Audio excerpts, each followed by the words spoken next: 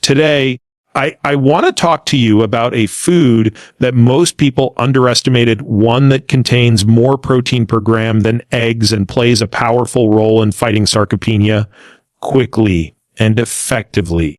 And that food is lean beef, specifically 96% lean ground beef or sirloin cuts. Now, before anyone jumps on the cholesterol bandwagon, let's separate dogma from data. The first of those would be, let's break it down. If we think seriously about longevity, not just lifespan, first those would be, but health span, the capacity to live longer and better, then we need to pay attention to a set of markers that go beyond lipids. Fasting glucose, or VO max, would be one of the most overlooked yet critically important components of long-term health, is something most people ignore until it's too late. Skeletal muscle mass and strength. The first of those would be, there's a tendency to think about muscle in terms of aesthetics, what people look like. But if you strip away the cosmetic associations, what remains is a powerful, first of would be highly metabolically active tissue that serves one of the most reliable predictors of survival, physical resilience, and independence later in life. In fact, the first would be, if you examine the data from longitudinal aging studies, one theme becomes clearing. The people who maintain more muscle mass and strength into their 70s and 80s not only live longer, they live better. This brings us to sarcopenia. Sarcopenia is the degenerative loss of muscle mass, strength, and function that begins subtly in our 30s, accelerates in our 50s, and first would be often becomes clinically significant by our 60s or 70s. It's a silent condition. Those would be. You won't notice it until you do, when you can't get up off the floor without using your hands, or when climbing stairs suddenly feels like a workout. But by that point, you've already lost a significant percentage of your muscle and strength. The numbers are sobering. After the age of 30, we lose about 1% of muscle mass per year if we are sedentary and not consuming sufficient protein. This is compounded by a loss of strength, which declines even more rapidly, often at a rate of 3% per year. This decline has real-world consequences. Muscle is what enables to lift your grandchild, carry groceries, shovel snow. The first would be get up from the toilet unassisted and catch yourself if you trip. When muscle mass and function degrade, these basic human functions begin to disappear. But the issue isn't just mobility. Sarcopenia is associated with insulin resistance, frailty, osteoporosis, falls, hospitalizations, and ultimately death. And while sarcopenia may not appear on a death certificate, its downstream consequences, complications from falls, fractures, infections, metabolic dysregulation absolutely do. It's not just about the muscles themselves. Skeletal muscle acts as a glucose sink, one of the primary reservoirs for postprandial glucose disposal. The more muscle you have, the more metabolically flexible you become. You're a more insulin sensitive. Your mitochondrial function improves. Your resting metabolic rate increases. These are foundational aspects of metabolic health. Those be, and they all depend heavily on how much lean muscle you carry. One of the most compelling studies that illustrates this point is the Health ABC study, Health, Aging, and Body Composition, which tracked older adults over time and found that muscle mass, especially leg lean mass, was significantly predictive of mortality and disability. The first of those would be, what's interesting is that it wasn't just how much muscle you had, but how well you could use it.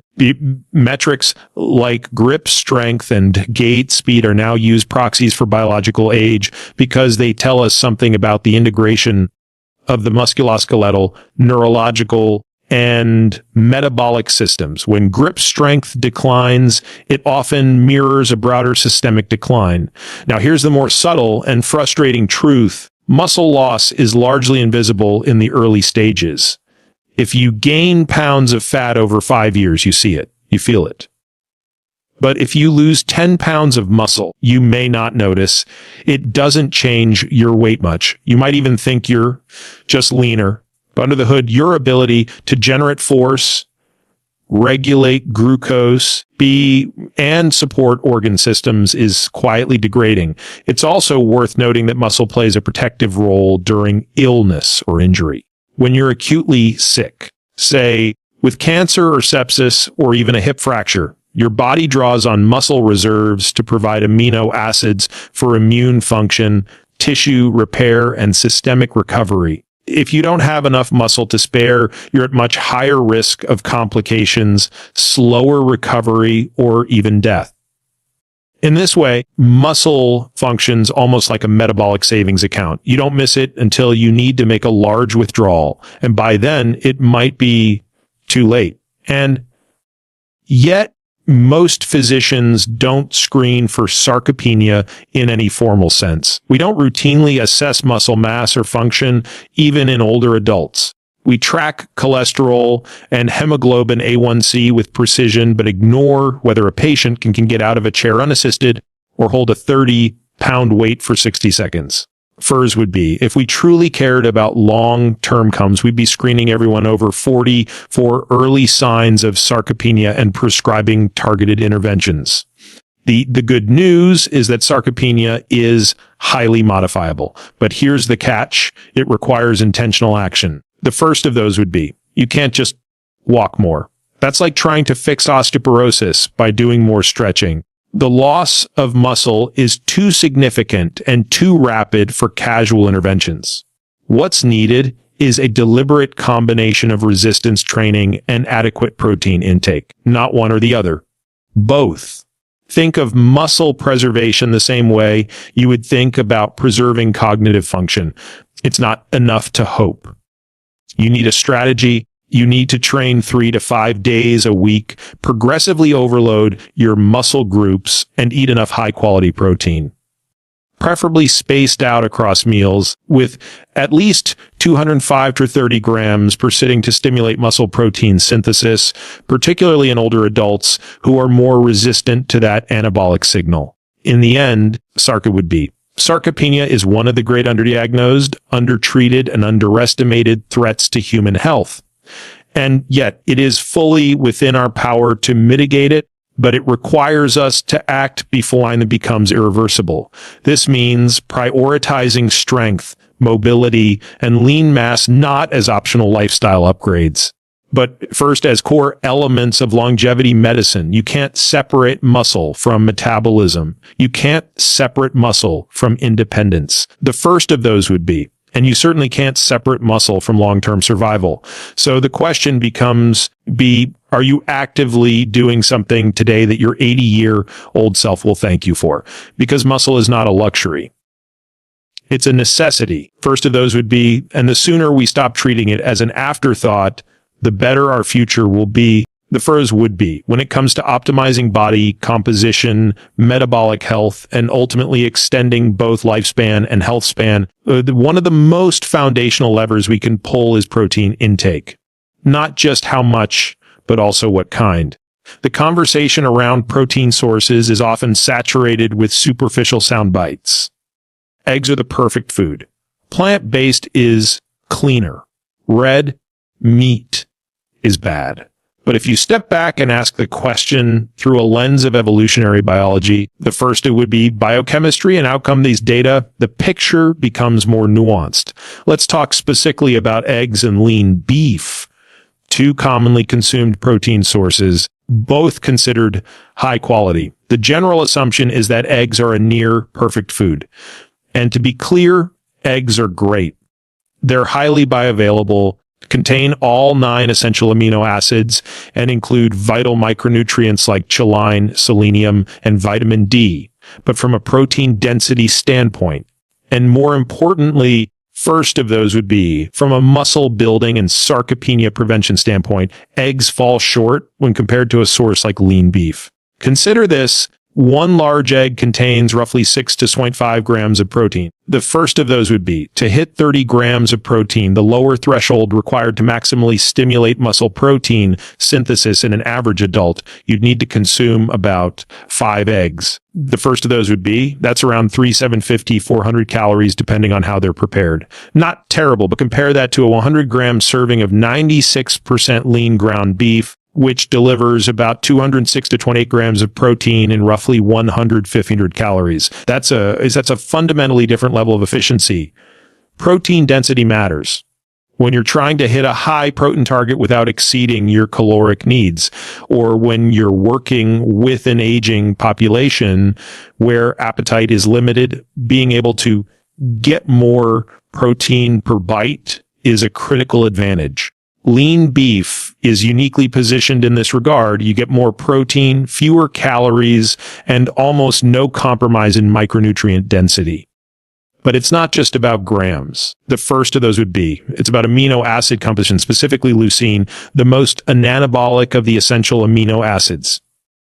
Leucine acts as the signal that flips the switch for muscle protein synthesis, MPS detar. Think of it as the ignition key that turns on the engine. Without enough leucine at a meal, typically in the range 2.5 to 3 grams, you won't maximize MPS, even if your total protein is sufficient.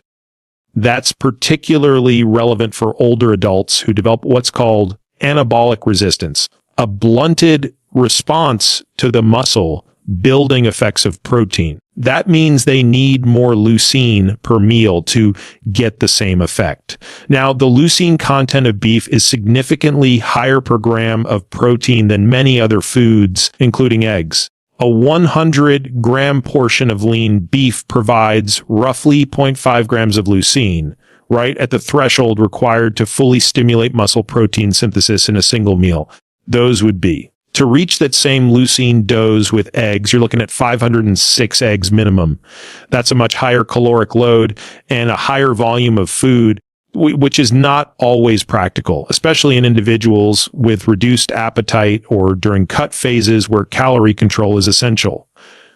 Furthermore, lean beef isn't just a protein delivery system. It's also rich in heme iron, zinc, vitamin B12, creatine, carnitine, and carnosine, all of which play critical roles in oxygen transport, methylation, mitochondrial energy production, and muscle performance. You simply don't get this nutritional payload with eggs, or frankly, with most other protein sources. The first of those would be, if you zoom out at what the body actually needs, not just to grow muscle, but to function optimally, then beef starts to look less like a luxury and more like a highly strategic food choice. Some critics will raise concerns about cholesterol or saturated fat in red meat, but these are often overstated and contextually dependent. First, lean beef. 96-cent lean ground beef, or eye of round, sirloin tip, or top round, contains very low levels of saturated fat, often less than 3 grams per 100 grams of cooked product. It also has a favorable ratio of unsaturated to saturated fats. More importantly, the impact of dietary cholesterol and saturated on serum lipids is highly individual, governed largely by genetics and baseline metabolic health. The first would blanket recommendations to avoid lean meat on the basis of cholesterol are not only outdated, they're unscientific. In fact, multiple randomized controlled trials comparing lean beef to other protein sources, like poultry or plant-based diets, have found no meaningful difference in markers like LDL-C. For those would be HDL or triglycerides when total saturated fat intake is controlled. What does change, however, is satiety, muscle preservation. The first of those would be, and compliance, all of which tend to be better with diets that include red meat, especially in populations trying to increase or maintain lean mass. There's also a misconception that plant-based proteins can do the job just as well if you combine them strategically. And while that's theoretically true, yes, you can combine rice and beans to get a complete amino acid profile. It's significantly harder in practice. You need larger volumes of food, more meal planning, and typically more calories to hit your target amino acid thresholds. If your goal is to optimize for muscle maintenance, especially under conditions of calorie control or aging, plant-based diets can make it harder, not easier, to succeed. It's also worth noting that digestibility and absorption rate of beef protein is superior to most plant proteins, and even better than some processed forms like soy. The digestible indispensable amino acid score, DIAS, a more accurate measure than the older PDCAS, places beef at the top tier of protein sources. Of those would be, that means your body can use more of what you eat with less waste and with greater efficiency. Ultimately, the conversation shouldn't be dogmatic. It should be based on context and objective physiology. For someone trying to build or preserve lean mass, for someone trying to recover from injury or surgery, or for someone who is aging and becoming increasingly resistant to anabolic stimuli, lean beef is an incredibly effective tool. It offers high protein density, excellent amino acid quality, robust micronutrient content, and high bioavailability, all in a compact, efficient package. So while eggs are certainly useful, and I consume them myself regularly, they're not the most efficient option for hitting optimal protein and lysine thresholds in a calorie-controlled. The first would be muscle-centric framework. Lean beef does more with less. In a world where most people, especially older adults, are consuming too little protein, the first would be the practical differences between these foods matter more than ever. It's not about eliminating one in favor of the other. It's about understanding what each tool does best.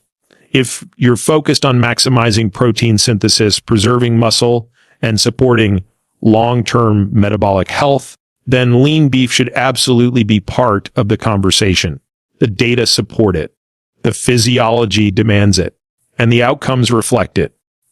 That's not ideology. That's evidence-based nutrition.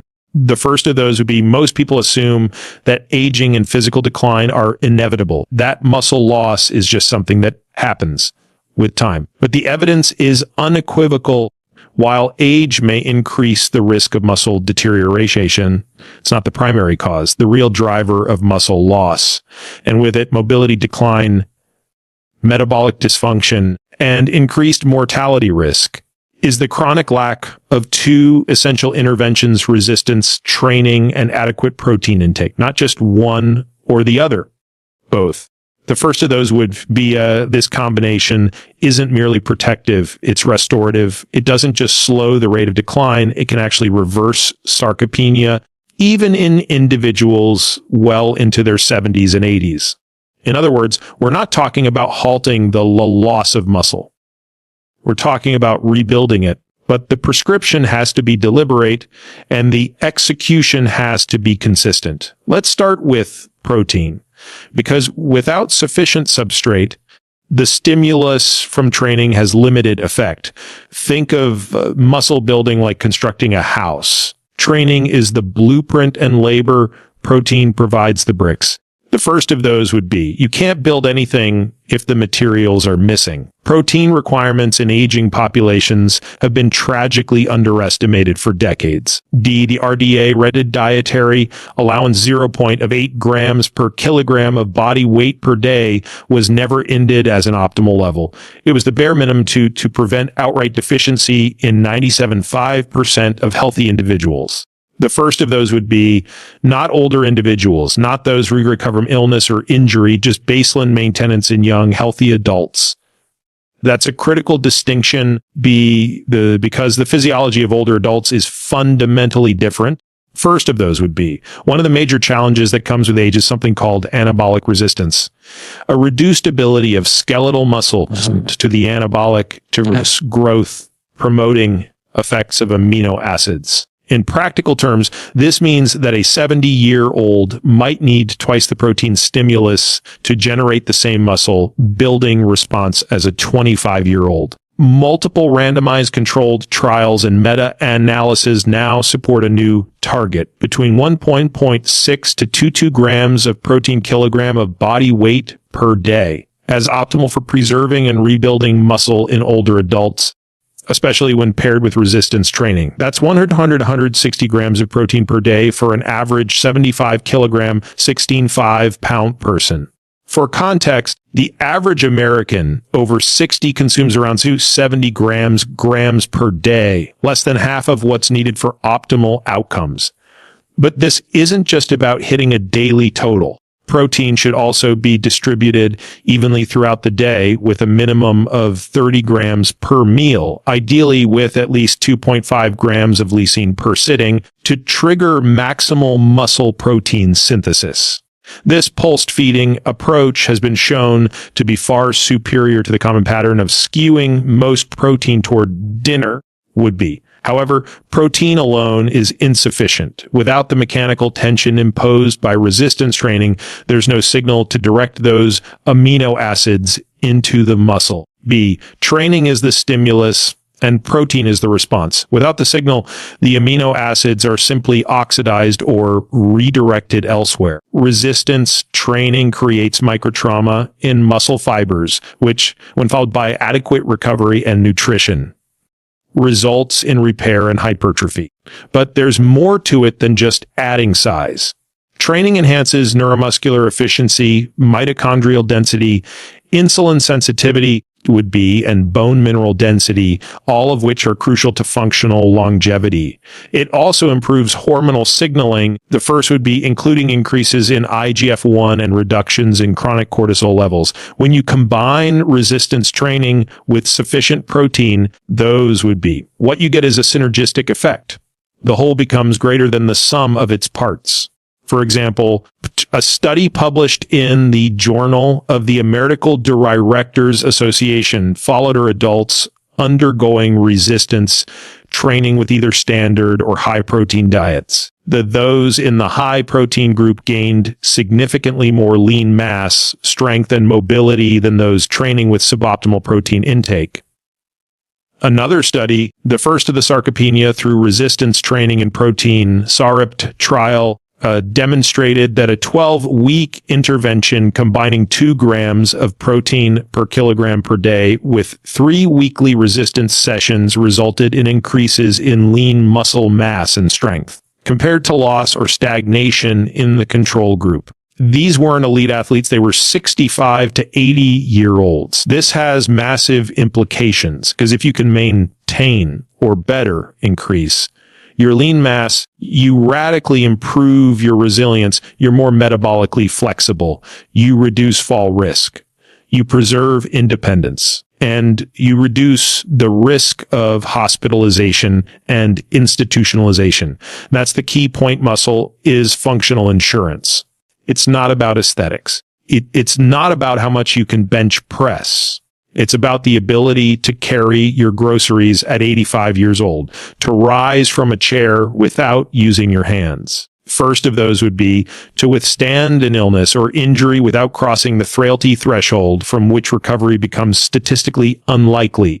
First of those would be, we also know that resistance training affects more than just the muscle. The first would be, it has profound effects on myokine secretion, hormone-like compounds released by muscle during contraction that have systemic effects, including improved brain function. Those would be anti-inflammatory effects and improved immune regulation.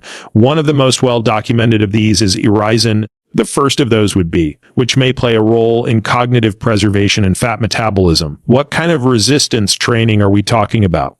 It doesn't have to be complex. You need 2 to 4 sessions per week focused on compound movements, hinges, squats, pushes, and pulls with sufficient intensity and progressive overload. The first of those would be, that means you need to be training close to failure, not just lifting light weights for high reps. The intensity of effort is more important than the number of sets or reps. The first would be, particularly for muscle hypertrophy. You also need to train through full ranges of motion, B, and ideally include both concentric lifting and eccentric lowering phases under control. Eccentric loading has been shown to produce greater mechanical tension and muscle adaptation in older adults. It's also highly time efficient. The bottom line is this. The first of those would be, you are not doomed to lose muscle age, but you are guaranteed to if you don't train and eat properly. The combination of high protein intake and resistance training isn't just tool we have for preventing sarcopenia. It's one of the most powerful longevity interventions available. B, period. And it's worth emphasizing that this is reversible. Even individuals in their 80s can rebuild strength and muscle mass with the right protocol.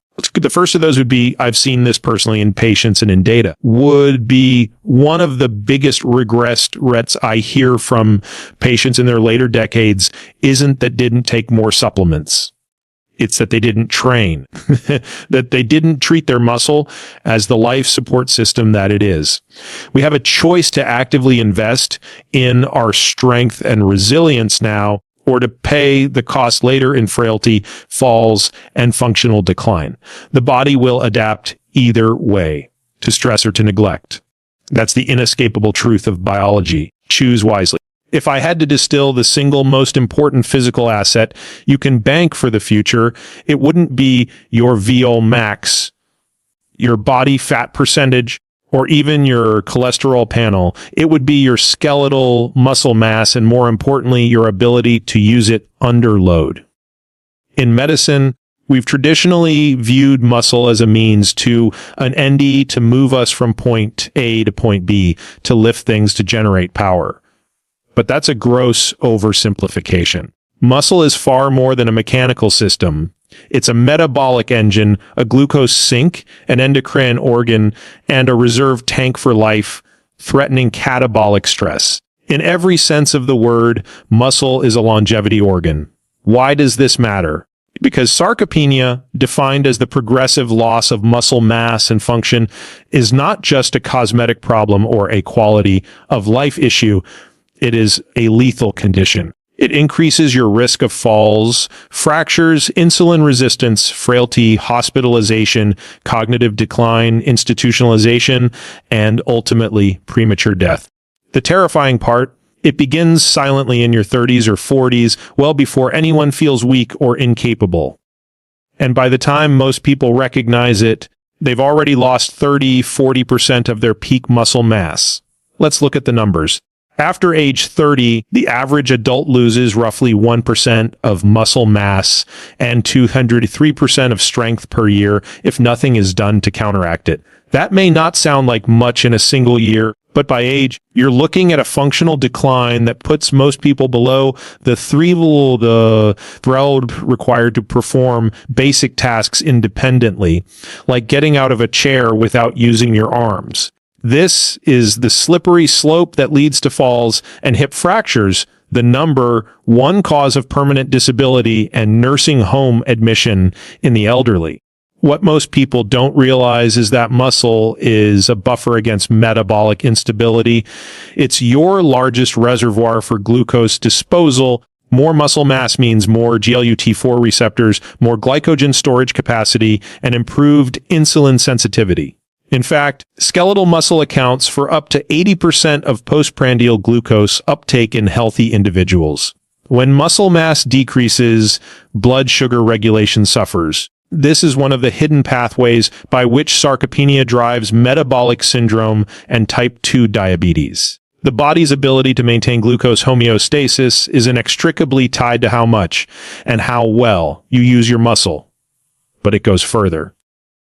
Muscle also secretes myokines, which are signaling molecules that influence inflammation, immune response, fat metabolism, even neuroplasticity, irisin brain-derived neurotrophic factor, see BDNF, interleukin-6, yes, the same IL-6 that's pro-inflammatory in other contexts, and others all originate from contracting muscle. They're like chemical emails that tell the rest of your body what kind of environment you're living in. If your muscles are chronically sedentary, your physiology responds as if you're in decline. But if they're used regularly under tension, your body receives a very different message, one of survival, capability, and resilience. It's worth emphasizing here that muscle is also your reserve during crisis. During acute illness, sepsis, pneumonia, injury, surgery, the body draws upon lean mass to survive. Amino acids are mobilized from muscle to synthesize immune cells, repair tissue, and produce acute phase proteins. People with low muscle mass have a significantly higher risk of death in the ICU, and they recover more slowly, if they recover at all. In the context of cancer, sarcopenia is an independent predictor of treatment toxicity and overall mortality, regardless of tumor type. This isn't theoretical. It's seen in the data over and over again. So the obvious question is, if muscle is so important, why aren't more people preserving it? The answer is twofold. First, because the medical system still doesn't treat muscle loss as a disease until it's irreversible. There's no screening for lean mass at age 40. No clinician alerts you when you drop from 40 kg to 35 kg of muscle. There's no prescription for strength training or protein intake during your annual physical. You get told to walk more, maybe lose weight, but you're not told that you're hemorrhaging the most protective tissue in your body. That's a catastrophic oversight. Second, because the window to act is earlier than most people realize. You don't build muscle at 75, you preserve what you built decades earlier. Yes, you can still gain muscle later in life, but the anabolic ceiling declines with age. The best way to have strong, functional muscle in your 70s is to build it in your 30s. For if 40s and 50s, it's a time-sensitive asset. It compounds like interest. If you start early, even moderate training gives you a powerful buffer.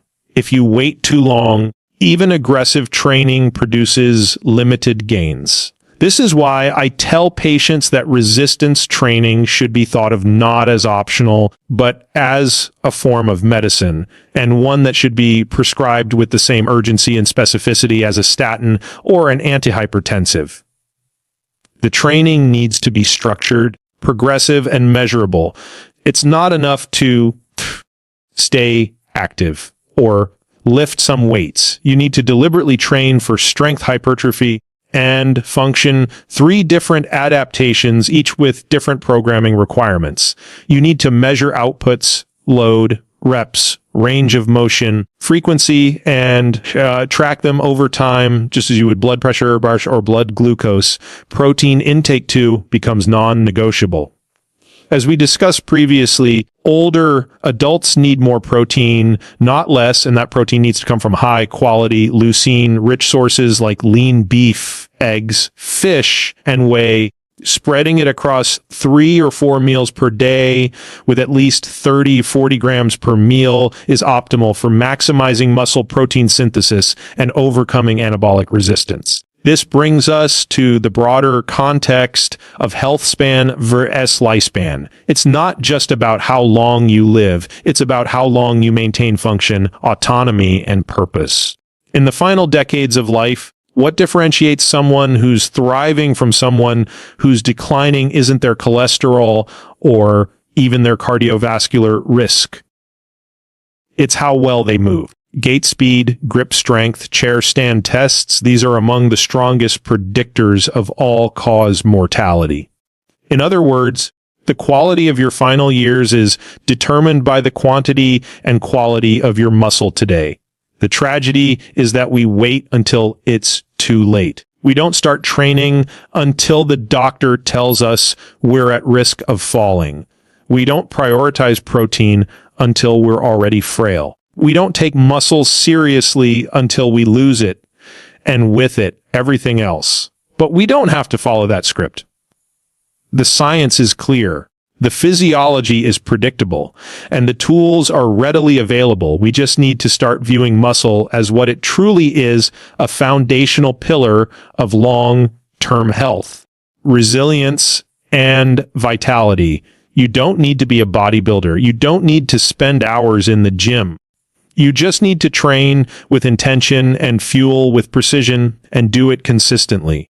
Because the question isn't whether you'll face physical decline in your later years. The question is how prepared your body will be when it comes. The time to build that defense is now, not when you're already on the other side of the curve. Your future self is depending on it.